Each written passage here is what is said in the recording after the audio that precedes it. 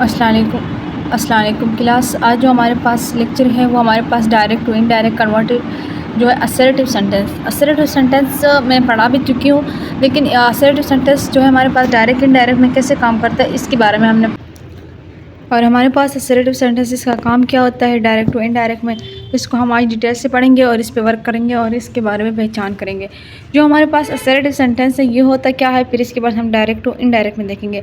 सबसे पहले हम इसकी रूल को पढ़ते हैं और इसकी रूल को पहचानते हैं कि इसकी रूल्स में भी क्या बताता है।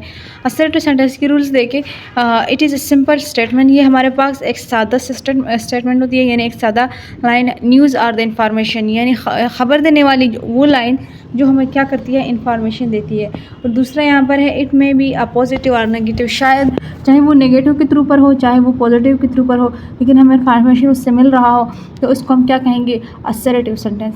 असर्टिव सेंटेंस का तो पहचान हो गया, लेकिन इसका पहचान हमारे पास है डायरेक्ट टू इनडायरेक्ट में क्या है, अब उसको पढ़ेंगे। I we you they he she it etcetera, यानी जो सिंपल ये कुछ लफ्ज़ मेरे पास बताए हुए, इन्हें कहने का मकसद ये है कि ये अल्फाज जो हमारे पास होते हैं ये कहाँ पर और कैसे इस्तेमाल करते हैं, इसको हम डिटेल से थोड़ा पाएंगे। और जो हमारे पास है असर्टिव में अगेन रिवाइज करते, it is a simple statement है हमारे पास। और दूसरा ये हमारे पास इंफॉर्मेशन देती है, चाहे वो पॉजिटिव के हो चाहे वो नेगेटिव को हो, इसको हम क्या कहते हैं, असर्टिव सेंटेंस। असर्टिव सेंटेंसेस के आगे जो एग्जांपल है वो ज़रा देखें, जो डायरेक्ट इनडायरेक्ट में हमारे पास वर्किंग करती है उसमें देखें।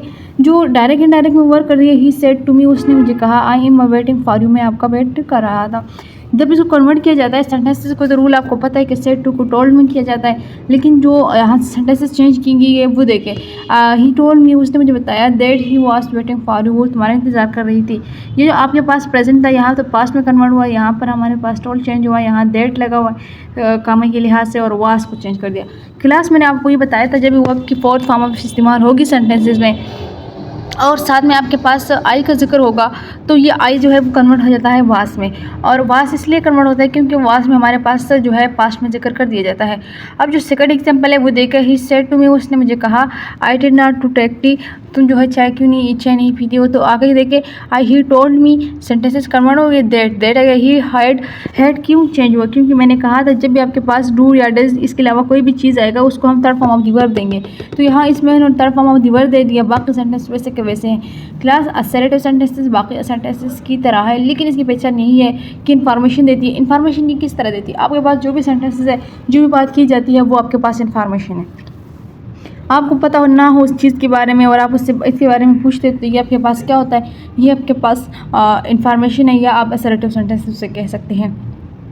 ही say that I go to school on foot, ये देखो हमारे पास ये जो सेंटेंसेस है इसको कन्वर्ट करने के लिए he say that he goes to school on foot, यहाँ पे वास नहीं लगना था क्योंकि वहाँ पर जो हमारे पास वर्ब की फॉर्म भी ऐसा नहीं चेंज हो रही थी। दूसरा यहाँ का जो तज़करा है हमने ही को चेंज कर दिया है, फिर से को तो चेंज नहीं कर सकते थे क्योंकि से तो चेंज होता ही नहीं है फिर डायरेक्ट इनडायरेक्ट में। इसके अलावा जो डेट था उसको तो चेंज कर दिया क्योंकि डेट जो हमारे पास कॉमा के लिहाज से चेंज होना था उसको कर ही दिया। क्लास जो हमारे पास यही लेक्चर होता है इसको हम इसी तरह ही चेंज करते हैं। आपके पास अगर कोई भी सेंटेंस होता है सेम टू आपके पास first form of the verb, जिस तरह मैंने पहले लेक्चर वर्ब की दिया था कि ये हम एस चेंज करेंगे डायरेक्ट इनडायरेक्ट में, तो ये वही चीज़ है। असर्टिव सेंटेंसेस का पहचान चेंज नहीं है, बाकी सेंटेंस की तरह है, लेकिन इसकी डेफिनेशन आप लोग को याद होना चाहिए कि ये हमें कुछ इन्फॉर्मेशन देती है सेंटेंस के अंदर जो हमारे पास चाहे नेगेटिव हो चाहे वो पॉजिटिव हो। अब देखिए इसकी चेंजिंग क्या होती है। सबसे पहले इसकी इंपॉर्टेंट चीज़ हमारे पास चेंजिंग होती है कि सेंटेंसेस के अंदर चेंजिंग किस चीज़ की होती है। यहाँ पर जो चेंजिंग हमारे पास हुई है ये देखो, से are said into the same, ये सेम ही आता है क्योंकि पहले भी सेंटेंसेस में कोई चेंजिंग इसके अंदर नहीं हुई। फिर है said to into a tale, हाँ जी ये मैंने कहा था आप लोगों से कि जो सेड टू आएगा या सेड टू आएगा इसको कन्वर्ट करेंगे किस चीज़ में, टोल्ड में, या तो वो टोल्ड आएगा या तो वो टेल आएगा। इसके बाद आता है कॉमास, कॉमास को कन्वर्ट करेंगे दैट में क्योंकि कॉमा हमारे पास क्या होगा वो दैट में कन्वर्ट हो जाएगा बाकी सेंटेंस और वर्ब की third form of the use. और जो सेंटेंसेस को कन्वर्ट करना है उसके लिए थर्ड फॉर्म होना ज़रूरी है क्योंकि हमें इससे पहचान लग जाता है कि थर्ड फॉर्म अगर लगाएंगे तो सेंटेंस को पता चल जाएगा ये सेंटेंसेस हमारे पास कन्वर्ट हो चुकी है। क्लास इसी तरह जो सेंटेंसेस की इसमें थोड़ी सी चेंजिंग हमारे पास यहाँ बता दी गई है, लेकिन ये मैं आपको पहले भी लेक्चरों में बता चुकी हूँ, लेकिन इसमें इसलिए फिर से अगेन रिवाइज़ किया आप लोगों को कि ताकि आप लोगों को पास जो लेक्चर आ रहे तो इस लेक्चर में आप लोग को पता होना चाहिए कि चेंज हमने पहले क्या किया था अभी भी वही हो रहा है, कोई फ़र्क नहीं है। आपको एक दफ़ा टेबल याद कर लो इन सब का, तो आप जब भी चेंज करोगे तो आप लोगों ने उसको जो है सेट टू सेट, ये सारे एक सेम चीज़ ही है। क्लासेस के बाद अगर आपके पास सबसे ज़्यादा इंपॉर्टेंट होता है एक्सक्लेमेटरी। एक्सक्लेमेटरी में हमारे पास जो सेंटेंसेस होते हैं उसकी सेट टू जी चेंज हो जाते हैं। बाकी किसी सेंटेंसेस में ये चेंज नहीं होते, ये वैसे के वैसे होता है, यानी रूल के मुताबिक अगर से है तो से आएगा, सेट टू आता है या सेस टू आता है तो ये टेल है या टोल्ड होगा।